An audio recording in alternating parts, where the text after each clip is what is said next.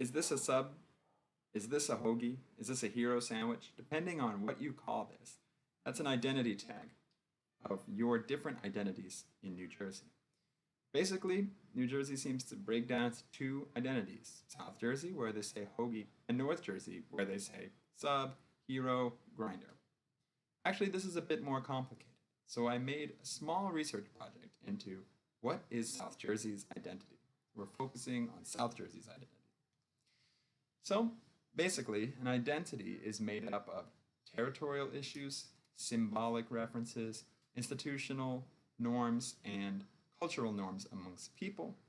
Having an identity and a regional identity helps you answer the question, where do I belong?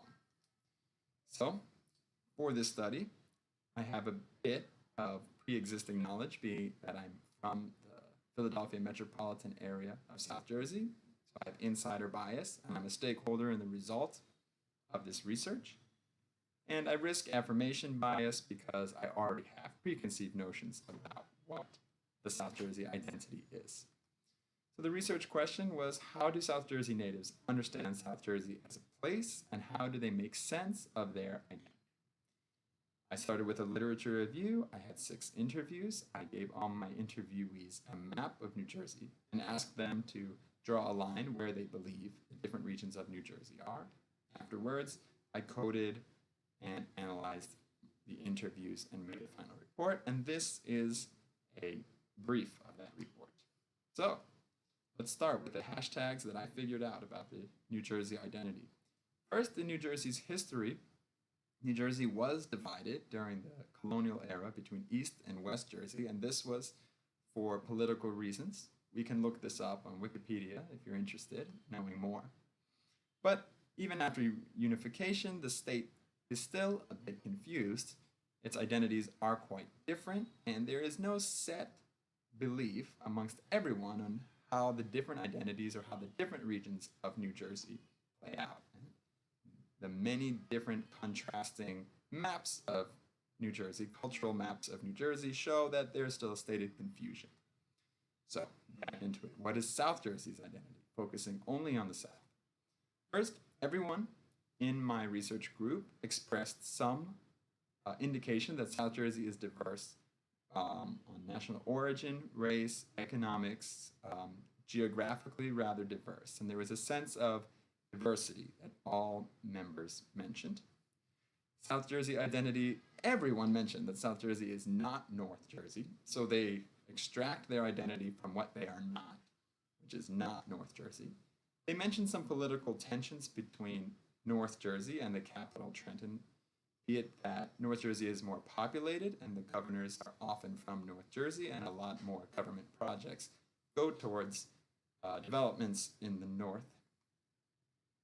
They all mentioned some sense of decline in South Jersey. South Jersey's largest city, Atlantic City, is in decline. Some of the Rust Belt cities are in decline. The suburban areas were hit hard by the recession. There is a sense of decline in South Jersey. And South Jersey is part of the Garden State, where they produce corn, tomatoes, and blueberries. If we look here at this map, the gray area is the urban area, and the red is the farmland.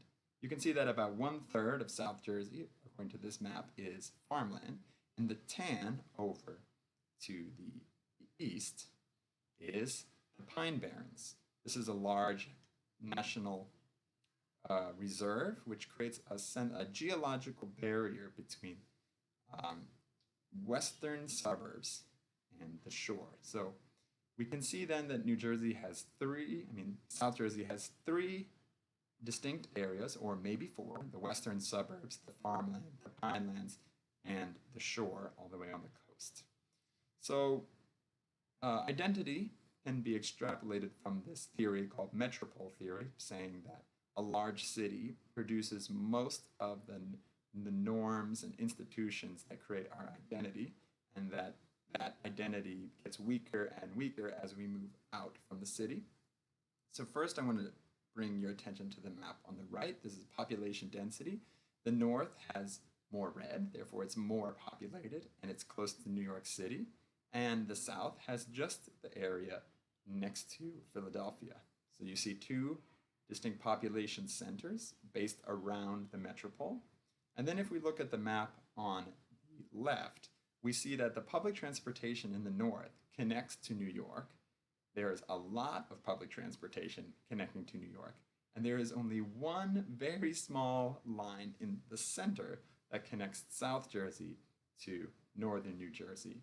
And we see that South Jersey's only train line runs into Philadelphia. Again, these are pretty good examples of how the two regions flow towards their metropole. When it comes to sports, again, another part of cultural identity, we see that people in the Southwest root for Philadelphia teams, people in the Northeast root for New York teams, and the pink in the center is usually running through North Jersey, and that's where you can have a community where people root for the Phillies in one house and the Mets in another. Then we have this issue of North Jersey. How does North Jersey fit in? Because it's divided by the two metropoles. Is it its own unique identity? Is it just a weaker identity of the other two? This is up for debate. Everyone in the survey mentioned some self-esteem issue from being from New Jersey. They were all really apologetic for the New Jersey Shore, the Jersey Shore. And then they all mentioned this phrase, down the shore. To people from South Jersey, the shore is a kind of magical, relaxing place that they all go in the summer. This phrase, down the shore, comes up again and again if you listen to radio in South Jersey. And we have this idea of driving into Philly. Again, it's a tag word that kept coming up. It comes up in radio. It comes up in speaking. People from the western suburbs, they are drawn towards Philadelphia. They usually drive to Philadelphia for work or cultural events. They seem to have some level of anxiety from parking and from the close and dense traffic. So there were limitations to the study, which were that I only interviewed 7 people, all from the Philadelphia metro area, and I knew them all, and I couldn't dig deeper. So instead of summing up what is the South Jersey identity, I'm just going to leave with further research.